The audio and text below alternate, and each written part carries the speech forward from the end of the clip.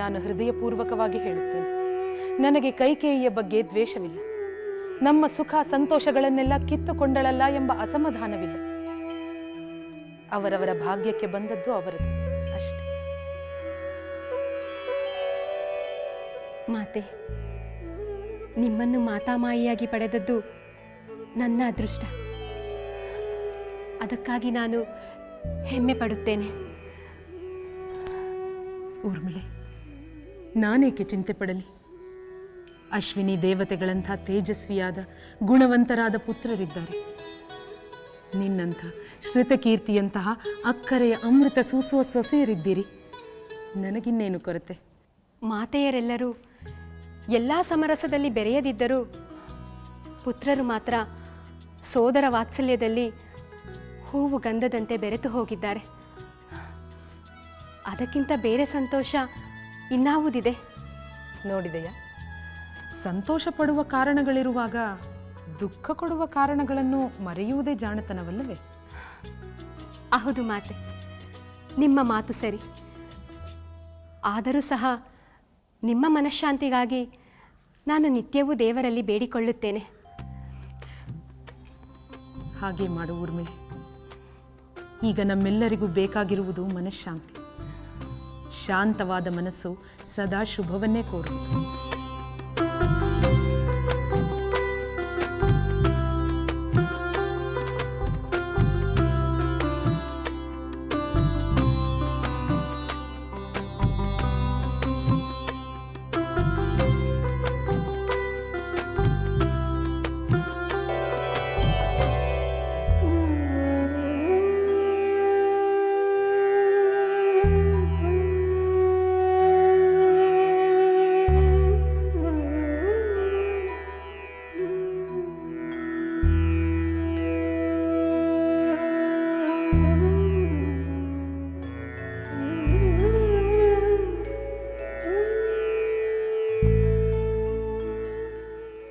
ದೇವಿ,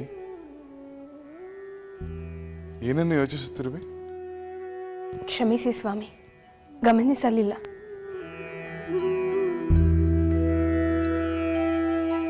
ನಾನು ಬಂದರೂ ಗಮನಿಸಿದಂತೆ ಗಾಢವಾದ ಆಲೋಚನೆ ಏನು ದೇವಿ? ಹರಿಶ್ಚಂದ್ರ, ಚಂದ್ರಮತಿಯರ ಕತೆ ಬಗ್ಗೆ ಯೋಚಿಸುತ್ತಿದ್ದೆ ಸ್ವಾಮಿ. ಅದು ನಿನ್ನ ಮನಸ್ಸಿನ ಮೇಲೆ ಅಷ್ಟೊಂದು ಪರಿಣಾಮ ಉಂಟು ಮಾಡಿದೆಯೇ? ಹೌದು ಸ್ವಾಮಿ. ತನ್ನ ಸತ್ಯವಾಕ್ಯ ಪರಿಪಾಲನೆಗಾಗಿ ಹರಿಶ್ಚಂದ್ರ ಮಹಾರಾಜರು ಪ್ರಾಣಪ್ರಿಯರಾದ ಪತ್ನಿ ಪುತ್ರರನ್ನೇ ದಾಸಿಯರಂತೆ ಮಾರಿಬಿಟ್ಟರು. ಚಂದ್ರಮತಿಯು ಕೂಡ ಕಿಂಚಿತ್ತು ಅಲುಕದೆ ಪತಿಯ ಧರ್ಮದಲ್ಲಿ ಸಮಭಾಗಿಯಾದಳು. ಎಂಥ ಪೂರ್ವ ದಂಪತಿಗಳು! ಹೌದು ದೇವಿ, ನಿಜವಾಗ್ಲೂ ಅವರು ಅಪರೂಪ ದಂಪತಿಗಳೇ. ಅದಕ್ಕೆ ಅಲ್ಲವೇ ಪತ್ನಿಯನ್ನು ಪತಿಯ ಸಹಧರ್ಮಚಾರಿಣಿ ಎಂದು ಹೇಳುವುದು?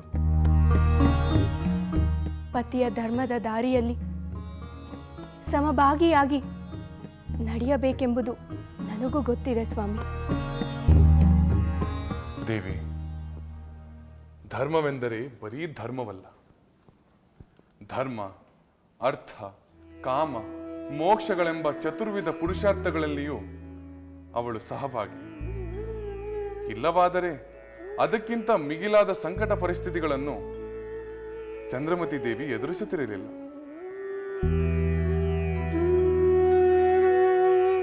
ಇನ್ನೂ ಮಿಗಿಲಾದ ಕಷ್ಟಗಳೇ? ಹೌದು ದೇವಿ.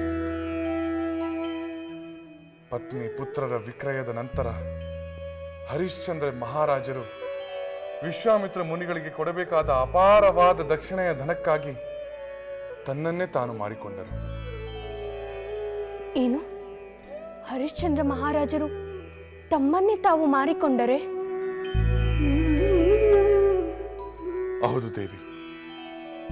ಸ್ಮಶಾನದ ಅಧಿಪತಿಯಾದ ವೀರಬಾಹುವಿನ ದಾಸನಾಗಿ ಸ್ಮಶಾನದ ಕಾವಲು ಕಾಯುವ ಕೆಲಸ ಅವರದಾಯಿತು. ಅಯ್ಯೋ, ಪಟ್ಟಾಭಿಷಿಕ್ತನಾದ ಮಹಾರಾಜನು ಸ್ಮಶಾನದ ಕಾವಲುಗಾರನೇ? ಕೇಳಲು ಸಂಕಟವಾಗುತ್ತದೆ ಸ್ವಾಮಿ.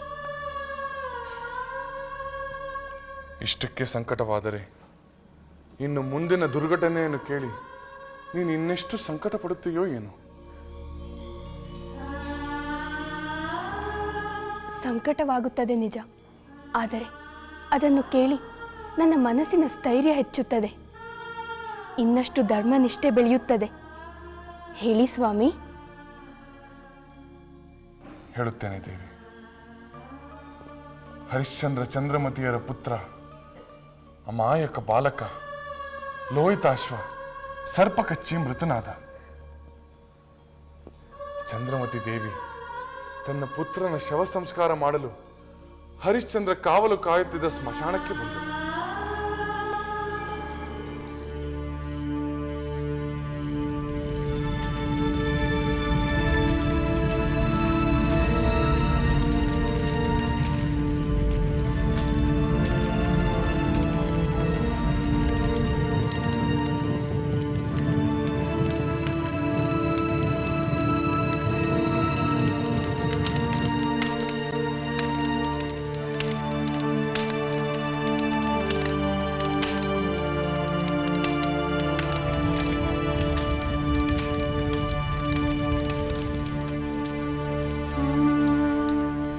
ಕಂದ ಕಂದ, ಅಯ್ಯೋ ದೇವ್ರೆ ದೇವ್ರೆ, ಅಯ್ಯೋ ಏನ್ ಮಾಡಲಿ, ನಾನು ಏನ್ ಮಾಡಲಿ?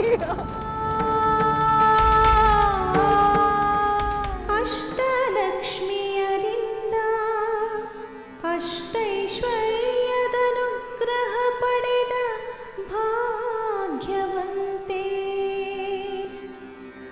ಅಮಿತ ದಾನ ಧರ್ಮಗಳಲ್ಲಿ ಕಂಗೊಳಿಸುವ ಪುಣ್ಯವಂತೆ, ಅಮರೇಂದ್ರನ ಮೀರಿಸೋ ದೊರೆಯ ಅರ್ಧಾಂಗಿ ಸುಗುಣವಂತೆ, ಪಟ್ಟಮಹಿಷಿ ಚಂದ್ರಮತಿಯ ಭಾಗ್ಯವೆನಿತು ಸುಂದರ, ಎನಿತು ಸುಂದರ, ಎನಿತು ಸುಂದರ, ಅರಸಿಯಾಗಿ ಮೆರೆದ ಸುಗುಣಿ.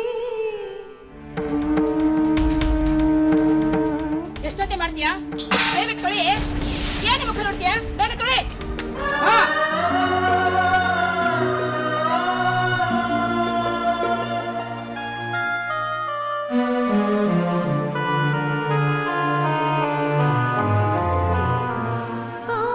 ಆಳಿನಂತೆ ತುಡಿವಳು,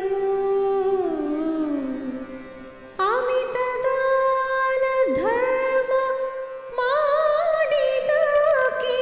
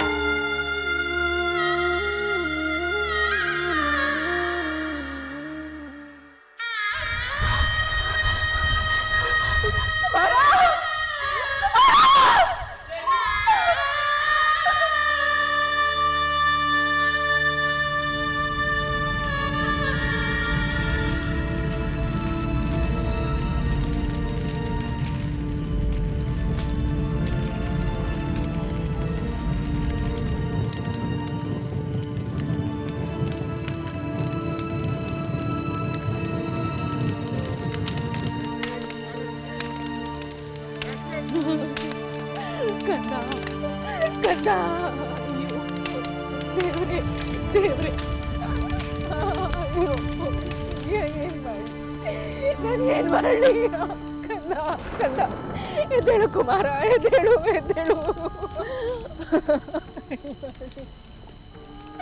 ಕಂದ ಕಂದ ಕಂದ ಎದ್ದೇಳು ಕುಮಾರ ಎದ್ದೇಳು ಎದ್ದೇಳು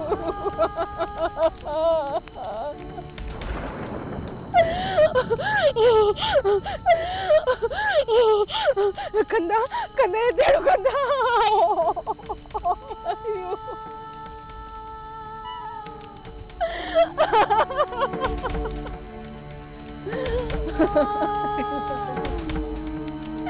ಕಂದ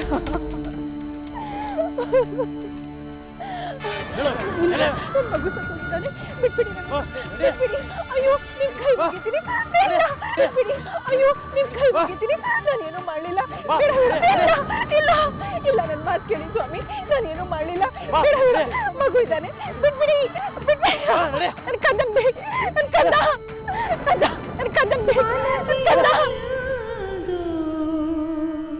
ನೆಲದ ಮೇಲೆ ಅನಾಥನಂತೆ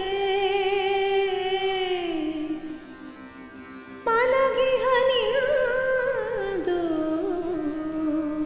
ನೆಲದ ಮೇಲೆ ಅನಾಥನಂತೆ ವಿಧಿಯ ಕುಹಕ ಕರುಣೆ ರಹಿತ ವಿಧಿಯ ಕುಹಕ ಕರುಣೆ ರಹಿತ ಎನಿತು ಭೀಕರ ಎನಿತು ಭೀಕರ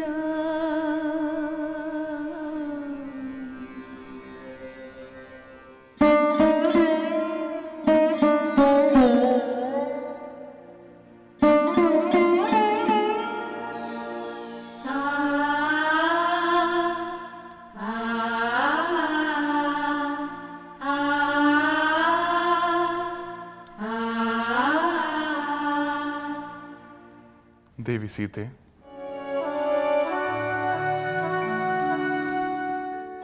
ಇದೇನು ದೇವಿ, ದುಃಖಿಸುತ್ತಿರುವೆಯಾ? ಎಂಥ ಕಲ್ಲು ಮನಸ್ಸನ್ನು ಕರಗಿಸುವಂತಿರುವ ಈ ಕಥೆಯನ್ನು ಕೇಳಿ ದುಃಖವಾಗುವುದಿಲ್ಲವೇ?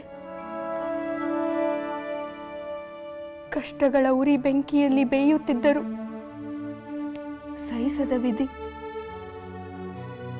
ಚಂದ್ರಮತಿಯ ಪುತ್ರನಿಗೆ ದುರ್ಮರಣವನ್ನು ನೀಡಿಬಿಟ್ಟನಲ್ಲ ಎಂಬ ಸಂಕಟವಾಗುತ್ತಿದೆ. ನಿರಪರಾಧಿಗಳಿಗೆ ಇಂಥ ಶಿಕ್ಷೆಯೇ? ದೇವಿ, ನಿನ್ನ ಮನಸ್ಸು ಎಷ್ಟು ಕೋಮಲ. ಪರರ ನೋವುಗಳನ್ನು ಕಂಡು ಕರಗಿ ಕಣ್ಣೀರಾಗಿ ಹರಿದು ಬಿಡುತ್ತದೆ. ಸಜ್ಜನರ ಸಂಕಟಗಳನ್ನು ಕಂಡು ಸಾತ್ವಿಕರ ಹೃದಯ ಕರಗುವುದರಲ್ಲಿ ಅತಿಶಯವೇನಿದೆ? ಈಗ ನೀನು ವಿಶ್ರಾಂತಿ ಪಡೆ, ಉಳಿದ ಕಥೆಯನ್ನು ಆಮೇಲೆ ಕೇಳುವೆ ಅಂತ.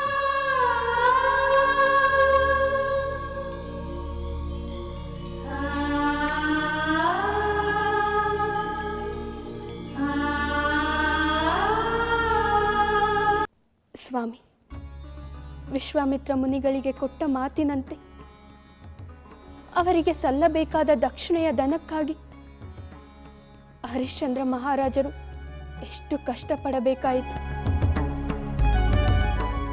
ಪ್ರಾಣಪ್ರಿಯರಾದ ಪತ್ನಿಯನ್ನು, ಪುತ್ರನನ್ನು ಮಾರಿಕೊಂಡರು. ಕಡೆಗೆ ತಮ್ಮನ್ನೇ ತಾವು ಮಾರಿಕೊಂಡು ಸ್ಮಶಾನ ಕಾಯುವಂತ ದುಸ್ಥಿತಿಗೆ ಇಳಿದು ಬಿಟ್ಟರು. ಅವರ ಕಷ್ಟ ಪರಂಪರೆಗಳು ಅಲ್ಲಿಗೆ ಮುಗಿದವೋ ಅಥವಾ ಇನ್ನೂ ಸಂಕಟಗಳು ಪಡಬೇಕಾಯಿತು?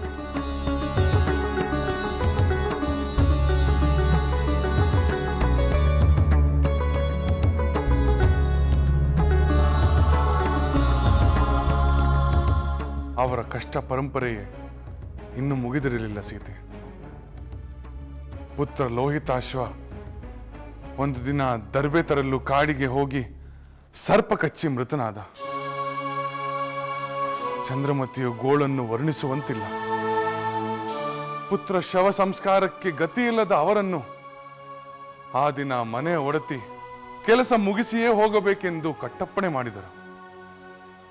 ಅದರಂತೆ ಚಂದ್ರಮತಿ ಕೆಲಸ ಮುಗಿಸಿ ಕಾಡಿನಲ್ಲಿ ಪುತ್ರ ಶವವನ್ನು ತಬ್ಬಿಕೊಂಡು ಗೋಳಾಡುತ್ತಿರುವಾಗ ರಾಜಭಟರು ಬಂದು ಮಕ್ಕಳನ್ನು ಕೊಲ್ಲುವ ರಕ್ಕಸಿ ಎಂದು ಸೆರೆ ಹಿಡಿದರು.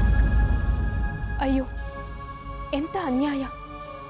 ಚಂದ್ರಮತಿ ಅಂತ ಸಾಧ್ವಿಯನ್ನು ಮಕ್ಕಳನ್ನು ಕೊಲ್ಲುವ ರಕ್ಕಸಿ ಎಂದರೆ?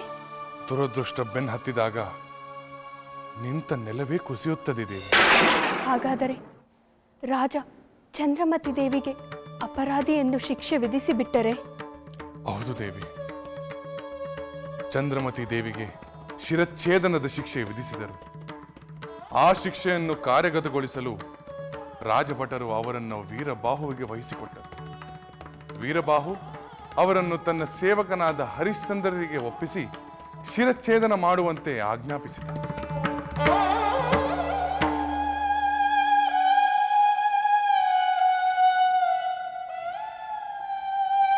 ಸ್ವಾಮಿ, ಧರ್ಮಾತ್ಮರಾದ ಹರಿಶ್ಚಂದ್ರ ಮಹಾರಾಜರೇ ತಮ್ಮ ಧರ್ಮಪತ್ನಿಯ ಶಿರಚ್ಛೇದನ ಮಾಡುವ ಪರಿಸ್ಥಿತಿ ಬಂದು ಬಿಟ್ಟಿತ್ತೆ. ಹೌದು ದೇವಿ, ಶಿಶು ಹತ್ಯೆಗೆ ಮರಣದಂಡನೆಯೇ ಸೂಕ್ತ ಶಿಕ್ಷೆ ಅಲ್ಲವೇ? ನನ್ನ ಮನಸ್ಸು ತಳಮಳಿಸುತ್ತಿದೆ ಸ್ವಾಮಿ. ಹರಿಶ್ಚಂದ್ರ ಮಹಾರಾಜರು ಅಕರ್ಣ ಜನಕನ ಪರಿಸ್ಥಿತಿಯನ್ನು ಹೇಗೆ ಎದುರಿಸಿದರು?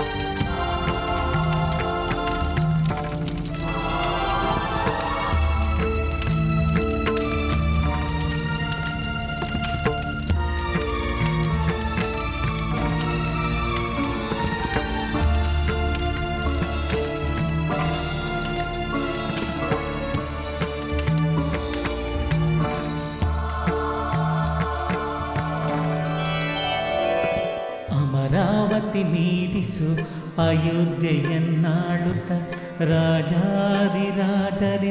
ಗುಣಗಾನವ ಕೇಳುತ್ತಾ. ಅಮರಾವತಿ ಮೀರಿಸು ಅಯೋಧ್ಯೆಯನ್ನಾಳುತ್ತಾ. ಸತ್ಯಶೀಲ ಭೋಗ ಭಾಗ್ಯ ಕೀರ್ತಿಯಿಂದ ಮೆರೆಯುತ್ತಾ. ಹರಿಶ್ಚಂದ್ರ ದೊರೆಯ ಹಿರಿಮೆ ಎನಿತು ಸುಂದರ. ಸತ್ಯಶೀಲ ಭೋಗ ಭಾಗ್ಯ ಕೀರ್ತಿಯಿಂದ ಮೆರೆಯುತ್ತ. ಹರಿಶ್ಚಂದ್ರ ದೊರೆಯ ಹಿರಿಮೆ ಎನಿತು ಸುಂದರ. ಎನಿತು ಸುಂದರ, ಎನಿತು ಸುಂದರ.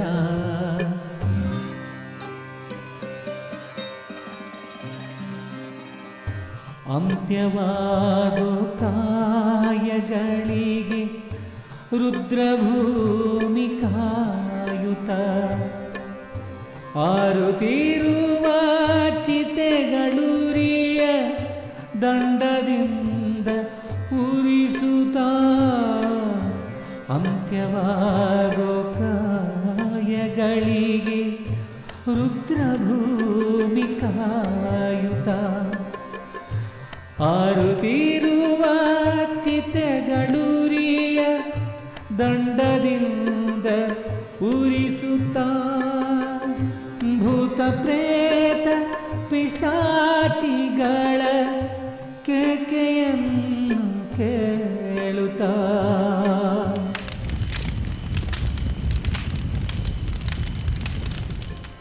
ಹರಿಶ್ಚಂದ್ರ ದೊರೆಯ ಬವಣೆ ಎನಿತು ಭೀಕರ. ಚಂದ್ರ ದೊರೆಯ ಬಾವಣೆ ಎಣಿತು ಭೀಕರ.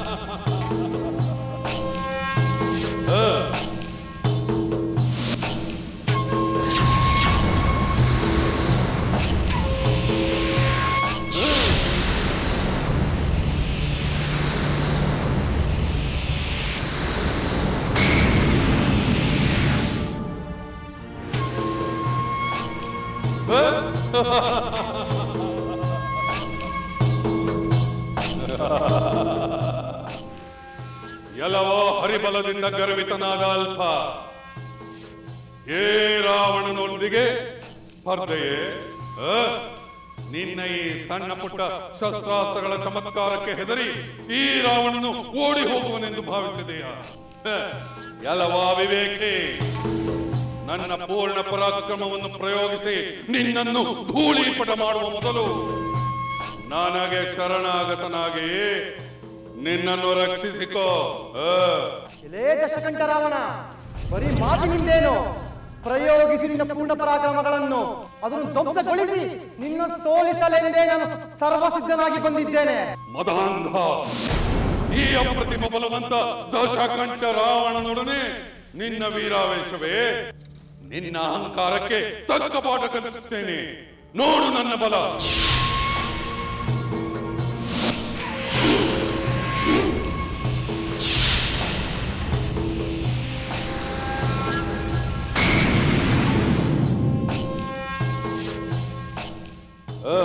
ಪ್ರಯೋಗಿಸು.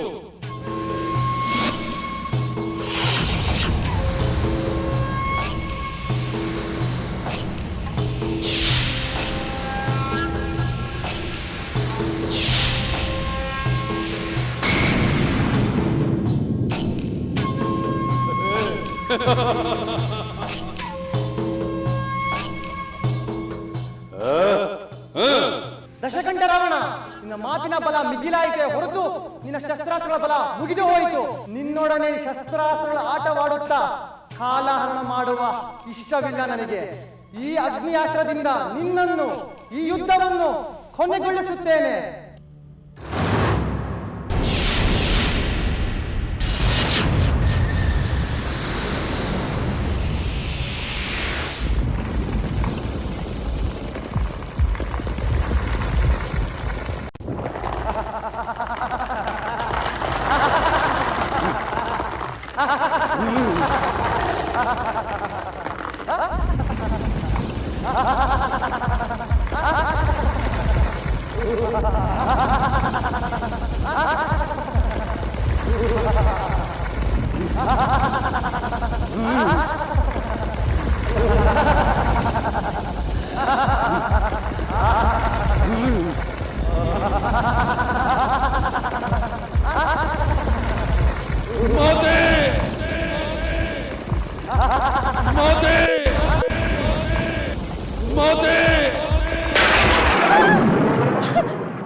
ಕುಮಾರ, ವಿಭೀಷಣ, ಕಂದ, ಇದೇನು ಮಾತೆ, ನಿಮ್ಮ ಮುಖದಲ್ಲಿ ಆತಂಕ ಮನೆ ಮಾಡಿದೆ? ಯಾವುದೋ ಭಯ ಕಾಡುತ್ತಿರುವಂತಿದೆ. ಕಾರಣವೇನು ಮಾತೆ? ವಿಭೀಷಣ, ನಾನೊಂದು ದುಸ್ವಪ್ನವನ್ನು ಕಂಡೆ. ನನ್ನ ಪ್ರಿಯ ಪುತ್ರ ರಾವಣ ಒಂದು ಅಗ್ನಿ ಪಂಜರದಲ್ಲಿ ಸಿಲುಕಿ ಪ್ರಾಣ ಉಳಿಸಿಕೊಳ್ಳಲು ವಿಫಲ ಪ್ರಯತ್ನ ಪಡುತ್ತಿರುವುದನ್ನು ಕಂಡೆ. ಅವನಿಗೇನು ಆಪತ್ತೋ, ಯಾವ ಆತಂಕವೋ, ಎಂಥ ಅಪಾಯವೋ. ವಿಭೀಷಣ, ನೀನು ಕೂಡಲೇ ಹೋಗಿ ಅವನು ಎಲ್ಲೇ ಇದ್ರೂ ಕರೆದುಕೊಂಡು ಬಂದು ಬಿಡು. ಕ್ಷಮಿಸಿ ಮಾತೆ, ಯುದ್ಧದ ವಿಷಯದಲ್ಲಿ ಅಗ್ರಜ ನನ್ನ ಮಾತನ್ನು ಕೇಳುವುದಿಲ್ಲವೆಂದು ನಿಮಗೆ ಗೊತ್ತಿಲ್ಲವೇ? ವಿನಾಕಾರಣ ಸಮರ ಸನ್ನಾಹ ಬೇಡವೆಂದು ನಾನು ಮೊದಲೇ ಹೇಳಿದ್ದೆ. ಅವನು ಕೇಳಲಿಲ್ಲ. ನೀವಾದರೂ ತಡೆಯುತ್ತೀರಿ ಎಂದುಕೊಂಡಿದ್ದೆ. ಆದರೆ ನೀವು ಪ್ರೋತ್ಸಾಹಿಸಿ ಆಶೀರ್ವದಿಸಿ ಕಳಿಸಿಕೊಟ್ಟಿರಿ. ನನ್ನದು ತಪ್ಪಾಯಿತು ಎಂದು ಈಗ ಅನಿಸುತ್ತಿದೆ. ಬ್ರಹ್ಮನಿಂದ ಹೊರಪಡೆದು ಅಜೇಯನಾದ ರಾವಣನಿಗೆ ಸೋಲೆಂಬುದೇ ಇಲ್ಲ, ಗೆದ್ದೇ ಗೆಲ್ಲುತ್ತಾನೆ ಎಂದು ಪತಿಯಾದ ಆತ್ಮವಿಶ್ವಾಸ ಪಟ್ಟಿದ್ದು ತಪ್ಪಾಯಿತೇನೋ ಎಂದು ಈಗ ಅನಿಸುತ್ತಿದೆ. ಸ್ವಪ್ನ ಕಂಡ ಮೇಲೆ ರಾವಣನ ಪ್ರಾಣಕ್ಕೆ ಅಪಾಯವಾದರೆ ಗತಿ ಏನು ಎಂದು ಭಯವಾಗುತ್ತಿದೆ. ನನ್ನ ಸುಪುತ್ರನ ರಕ್ಷಣೆ ಹೇಗೆ ಕುಮಾರ? ಮಾತೆ, ಈಗ ಅಗ್ರಜನ ರಕ್ಷಿಸಬಲ್ಲವನು ಭಕ್ತವತ್ಸಲನಾದ ಆ ಶಂಕರನು ಮಾತ್ರ. ನಾವು ಈಗ ಆ ಪಾರ್ವತಿಪತಿಗೆ ಮೊರೆ ಹೋಗಬೇಕು. ನಿನ್ನ ಮಾತು ನಿಜ. ದಯಾಮಯನಾದ ಶಂಭುವನ್ನು ಪ್ರಾರ್ಥಿಸಿ ರಾವಣನ ಕ್ಷೇಮಕ್ಕೆ ಪ್ರಾರ್ಥನೆ ಮಾಡೋಣ. ಹಾಗೆ ಆಗಲಿ ಮಾತೆ, ಬನ್ನಿ.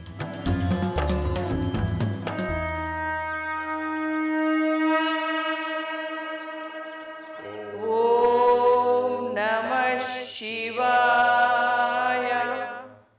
ಓಂ ನಮಃ ಶಿವಾಯ. ಓಂ ನಮಃ ಶಿವಾಯ.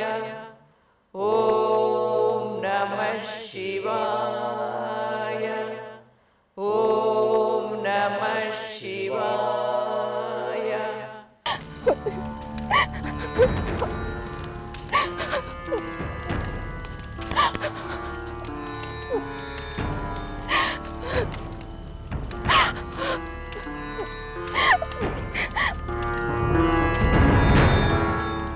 ಎಲೆ ವೀರಭಾವಿನ ದಾಸ, ಇಲ್ಲಿ ಕೇಳು.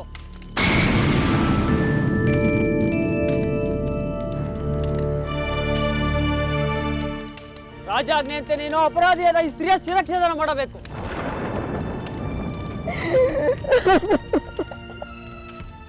ಇದೇನು ಹೇಳುತ್ತಿರುವಿರಿ? ಸ್ತ್ರೀಯರ ರಕ್ಷಣೆ ಮಾಡುತ್ತಾ ಪ್ರಜಾಪಾಲಕನೆಂದು ಖ್ಯಾತನಾಗಿದ್ದ ನಾನು ಓರ್ವ ಸ್ತ್ರೀಯ ವಧೆ ಮಾಡುವುದೇ? ಆಗದು, ನನ್ನಿಂದಾಗದು. ಇಷ್ಟಕ್ಕೂ ಈಕೆ ಅಂಥ ಅಪರಾಧವನ್ನಾದರೂ ಏನು ಮಾಡಿದ್ದಾಳೆ? ಅದೇನೇ ಆಗಲಿ, ಸ್ತ್ರೀ ವಧೆ ಮಾತ್ರ ನನ್ನಿಂದಾಗದು ಸ್ವಾಮಿ, ನನ್ನಿಂದಾಗದು. ಏ ದಾಸ,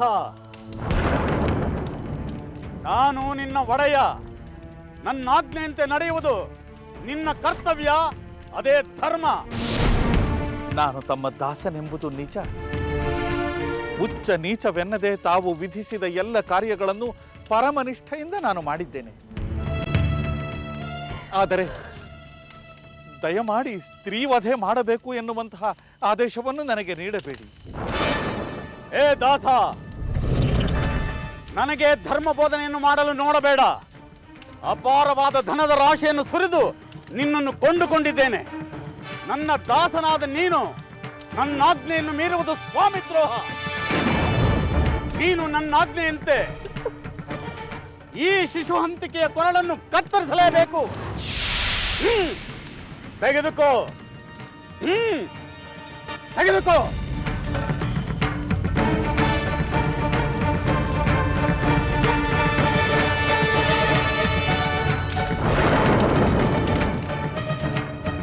ತೆಗೆದುಕೋ, ತೆಗೆದುಕೋ. ನಡೆಯಿರಿ.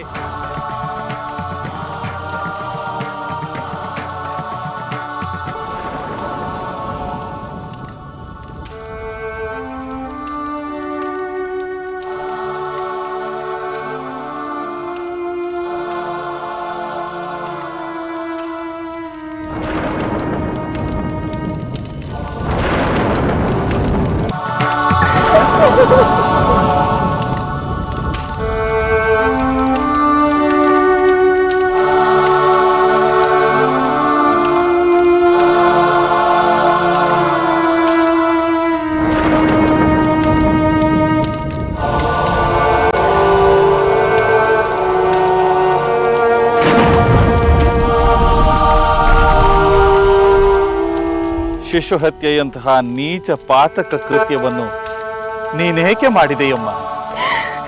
ಇಲ್ಲ ಇಲ್ಲ, ನಾನು ಯಾವ ಶಿಶು ಹತ್ಯೆಯನ್ನು ಮಾಡಿಲ್ಲ. ಅಂತ ಪಾಪ ಕಾರ್ಯವನ್ನ ನಾನು ಕನಸಿನಲ್ಲೂ ಯೋಚಿಸಿದವಳಲ್ಲ.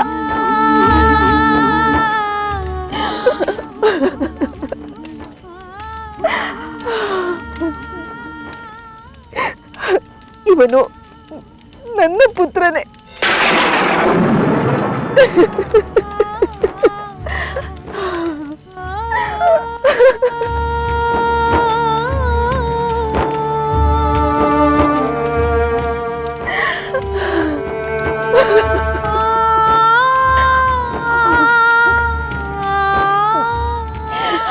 ಹಾವು ಕಚ್ಚಿ ಸತ್ತಿದ್ದಾನೆ.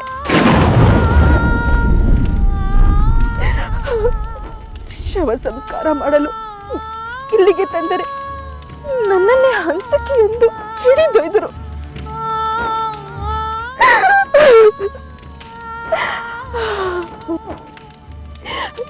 ನಾನು ನಿರಪರಾಧಿ, ನಾನು ನಿರಪರಾಧಿ. ನೀನು ಅಪರಾಧಿಯೋ ನಿರಪರಾಧಿಯೋ ಅದು ನನಗೆ ಸಂಬಂಧಪಟ್ಟ ವಿಷಯವಲ್ಲಮ್ಮ. ನನ್ನ ಒಡೆಯನ ಆಜ್ಞೆಯನ್ನು ಪಾಲಿಸುವುದಷ್ಟೇ ನನ್ನ ಕರ್ತವ್ಯ. ನೀನು ಸಿದ್ಧಳಾಗು.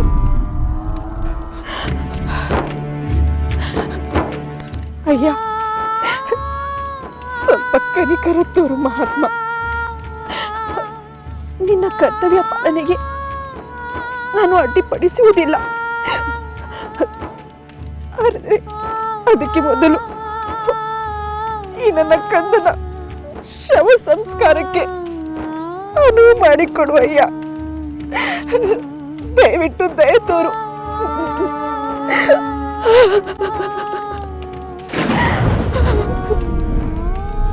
ಆಗಬಹುದು. ಮೊದಲು ನಿನ್ನ ಕುಮಾರನ ಶವ ಸಂಸ್ಕಾರವನ್ನು ಮಾಡಿ ಮುಗಿಸು. ಆ ನಂತರ ನನ್ನ ಪರಶುವಿಗೆ ಕೊರಳು ನೀಡಲು ಸಿದ್ಧಳಾಗ.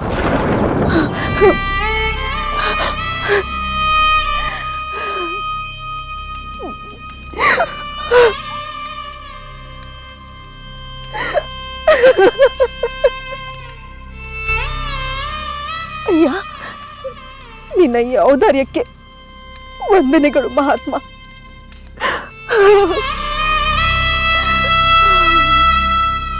ಆದರೆ ನಿನ್ನ ಪುತ್ರನ ಶವ ಸಂಸ್ಕಾರವನ್ನು ಮಾಡಲು ನೀನು ಒಂದು ವರಹವನ್ನು ತೆರವಾಗಿ ನೀಡಬೇಕು. ಅಲ್ಲದೆ ಪಡಿಯಕ್ಕಿ ಒಂದು ಹೊಸ ಬಟ್ಟೆಯನ್ನು ನೀಡಬೇಕು.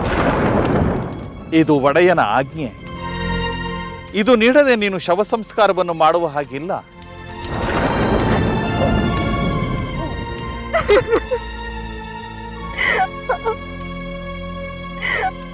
ಅಯ್ಯೋ, ನನ್ನ ಬಳಿ ಒಂದು ಕವಡೆಯೂ ಇಲ್ಲವೇ?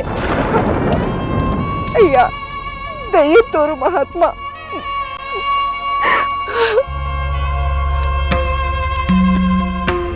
ನನ್ನ ಪಾಲಿನ ಪಡಿಯಕ್ಕಿ ಹಾಗೂ ಹೊಸ ಬಟ್ಟೆಯನ್ನು ಬೇಕಾದರೆ ನಾನು ಬಿಟ್ಟು ಬಿಡುತ್ತೇನೆ.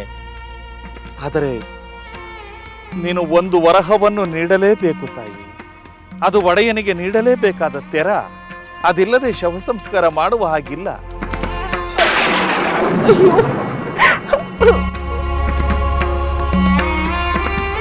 ಕಂದ,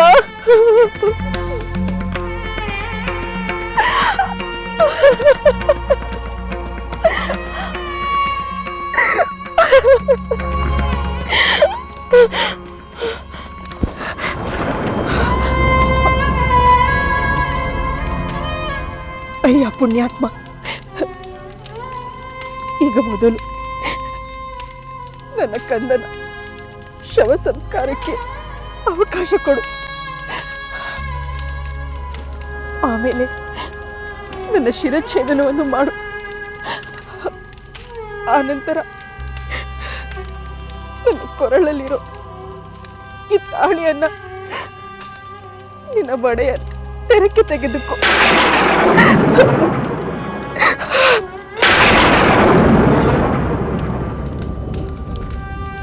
ಆಯಿತು, ಹಾಗೇ ಆಗಲಿ. ಮೊದಲು ನಿನ್ನ ಪುತ್ರನ ಶವ ಸಂಸ್ಕಾರವನ್ನು ಮಾಡಿ ಮುಗಿಸು. ಧನ್ಯವಾದಗಳು.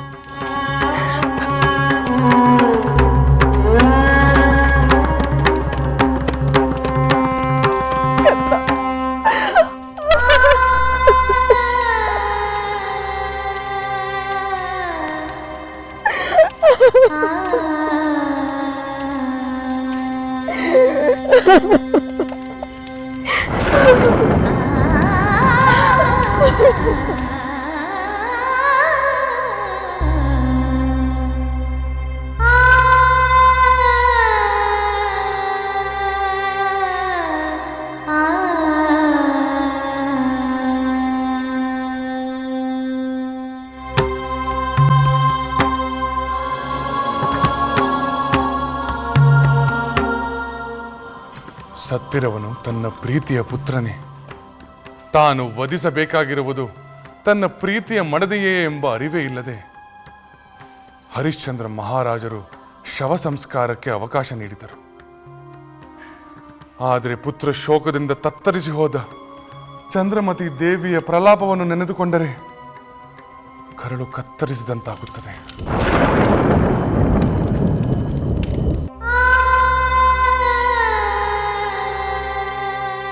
ಸೀತೆ,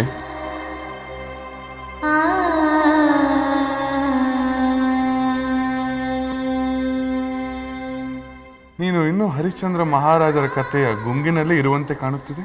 ಹೌದು ಸ್ವಾಮಿ, ಅದನ್ನು ಮರೆಯುವುದೇ ಸಾಧ್ಯವಾಗುತ್ತಿಲ್ಲ.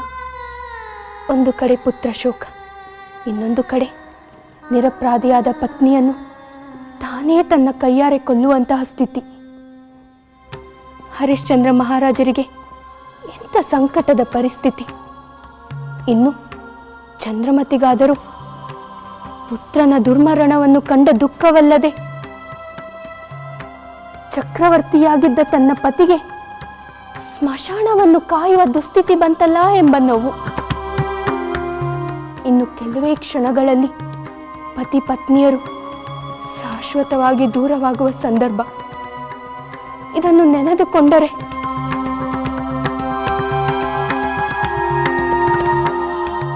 ಸಮಾಧಾನ ಮಾಡಿಕೊಡಿ. ಮುಂದಿನ ಕಥೆಯನ್ನು ಕೇಳಿದರೆ ನಿನ್ನ ಸಂಕಟ ನಿವಾರಣೆ ಆಗುತ್ತದೆ. ಇನ್ನೇನು ಹರಿಶ್ಚಂದ್ರ ಮಹಾರಾಜರು ಚಂದ್ರಮತಿ ದೇವಿಯ ಶಿರಚ್ಛೇದನ ಮಾಡಬೇಕು. ಅಷ್ಟರಲ್ಲಿ ಎಲ್ಲವೂ ಸುಖಾಂತ್ಯವಾಯಿತು.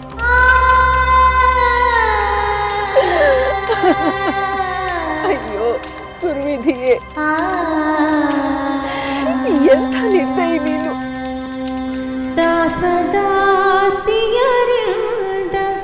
ಸೇವೆ ಪಡೆದ ರಾಜಕುಮಾರ, ದಾಸದಾಸಿಯರಿಂದ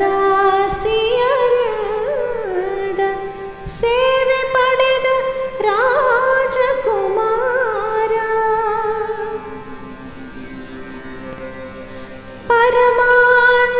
ಪರಮಾನ್ನವನುಂಡು ಬೆಳೆದ ಏನಿತು ಸುಂದರ,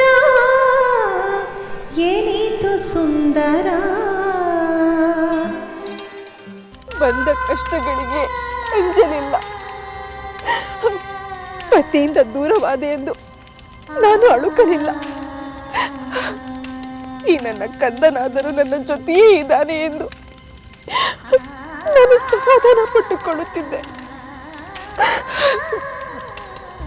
ಕಂದ, ನೀನು ನನ್ನನ್ನು ಒಂಟಿಯಾಗಿ ಬಿಟ್ಟು ಹೊರಟು ಹೋದೆಯಾ?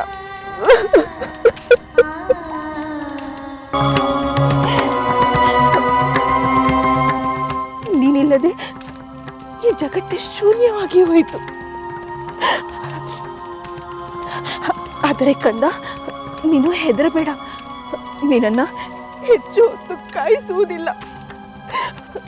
ನಾನು ಬೇಗ ನಿನ್ನ ಬಳಿಗೆ ಬಂದು ಬಿಡುತ್ತೇನೆ. ಕಾಶಿ ಮಹಾರಾಜರು ನನಗೆ ಮರಣದಂಡನೆಯನ್ನು ವಿಧಿಸಿ ದೊಡ್ಡ ಉಪಕಾರವೇ ಮಾಡಿದ್ದಾರೆ.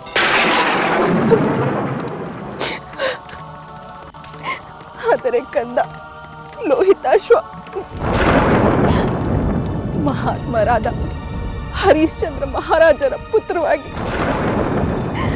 ಅಯೋಧ್ಯೆಯ ರಾಜಕುಮಾರನಾಗಿ ಹೆತ್ತ ತಾಯಿಯ ಕೈಯಿಂದಲೇ ಸಂಸ್ಕಾರ ಮಾಡಿಸಿಕೊಳ್ಳುವಂತಹ ಸ್ಥಿತಿ ನಿನಗೆ ಬಂದು ಬಿಟ್ಟಿದ್ದೆ. ಅಯ್ಯೋ,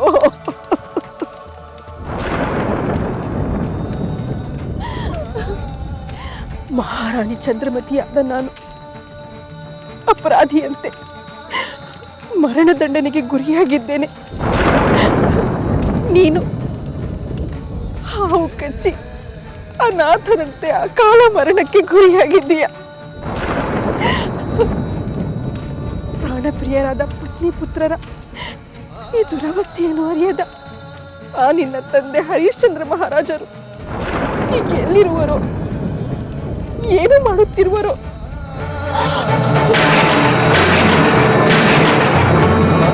ಕಂದ, ನಿನ್ನ ಸಂಸ್ಕಾರವಾದ ಮರುಕ್ಷಣರು ನನ್ನ ವಧೆಯೂ ಆಗಿ ಹೋಗುತ್ತದೆ. ಈ ವಾರ್ತೆಯನ್ನು ಅವರಿಗೆ ಯಾರು ತಿಳಿಸುತ್ತಾರೆ? ಅಯ್ಯೋ, ಇದೇನಾಗಿ ಹೋಯಿತು ಕಂದ?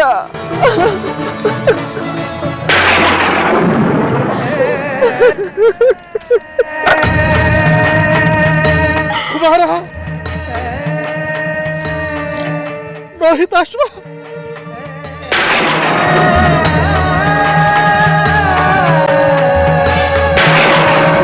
ದೇವಿ, ಚಂದ್ರಮತಿ,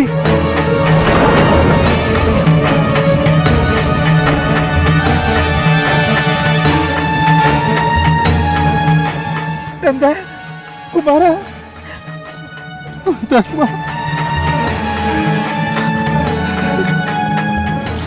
ನಿನ್ನನ್ನು ಈ ಸ್ಥಿತಿಯಲ್ಲಿ ನೋಡುವಂತೆ ಮಾಡಿದನೇ ಆ ದುರ್ವಿಧಿ. ಇಂದಲ್ಲ ನಾಳೆ ನನ್ನ ಪ್ರಾರಬ್ಧ ಕರ್ಮಗಳೆಲ್ಲ ಕಳೆದು ಅಯೋಧ್ಯೆಯ ಸಿಂಹಾಸನದಲ್ಲಿ ನೀನು ವಿರಾಜಮಾನನಾಗುವೆ ಎಂದು ಭಾವಿಸಿದ್ದರೆ ಈಗ ಈ ಸುಡುಗಾಡಿನಲ್ಲಿ ಶವವಾಗಿ ಬಿದ್ದಿರುವೆ ಎಂದು. ಸ್ವಾಮಿ,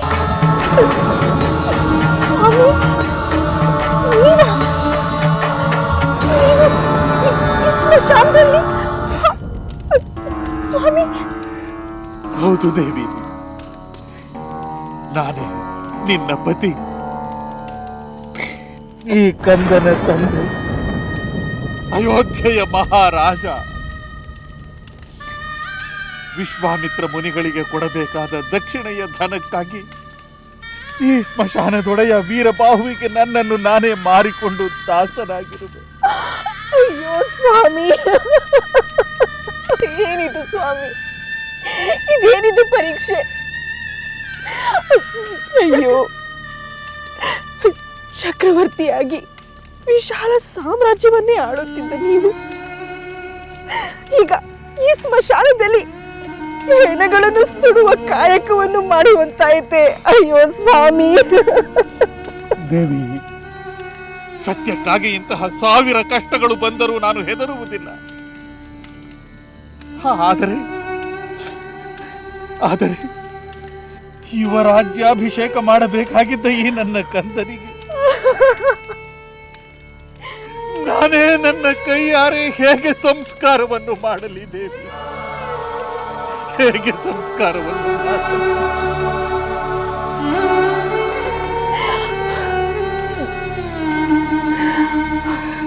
ನಿಜ ಪ್ರಭು, ಸತ್ಯಕ್ಕಾಗಿ ಎಂಥ ಕಷ್ಟ ಬಂದರೂ ನಾವು ಹೆದರಬಾರದು. ಸಿದ್ಧರಾಗಿ ಪ್ರಭು, ಧೀರರಾದ ನೀವು ಪತ್ನಿ ಪುತ್ರರಿಗಾಗಿ ಹೀಗೆ ಶೋಕಿಸುವುದು ತರವಲ್ಲ.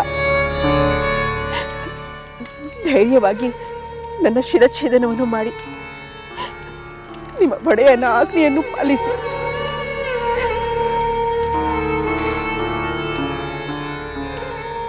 ಹೆತ್ತ ಮಗನ ಸಂಸ್ಕಾರ, ಪ್ರಿಯ ಪತ್ನಿಯ ವಧೆ, ಎರಡೂ ಸಹಿಸಲಾರದ ಸಂಕಟದ ಕಾರ್ಯಗಳು. ಈ ಸಂಕಟದ ಕಾರ್ಯವನ್ನು ಮಾಡುವುದಕ್ಕಿಂತ ನನ್ನ ಸೂತನೊಡನೆ ಚಿತೆ ಏರಿ ದಹಿಸಿ ಹೋಗುವುದೇ ಒಳಿತು.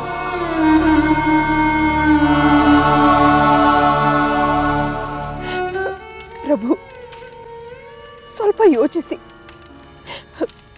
ನೀವು ಚಿತೆಯನ್ನೇರಿದರೆ ನಿಮ್ಮ ಹಿಂದೆ ಸತಿಯಾಗಿ ನಾನು ಚಿತೆಯನ್ನೇರುವುದೇ ನನ್ನ ಕರ್ತವ್ಯವು. ಆದರೆ ಅದರಿಂದ ಸತ್ಯವಂತರೆಂಬ ನಿಮ್ಮ ಖ್ಯಾತಿಗೆ ಕಳಂಕ ಬರುತ್ತದೆ ಪ್ರಭು. ಹಾಗಾಗಬಾರದು ಸ್ವಾಮಿ. ಪತಿಯಾದ ನಿಮ್ಮ ಕೈಯಿಂದಲೇ ಸಾವನ್ನು ಪಡೆಯುವುದು ನನ್ನ ಪರಮ ಸೌಭಾಗ್ಯ ಸ್ವಾಮಿ. ಸಿದ್ಧರಾಗಿ.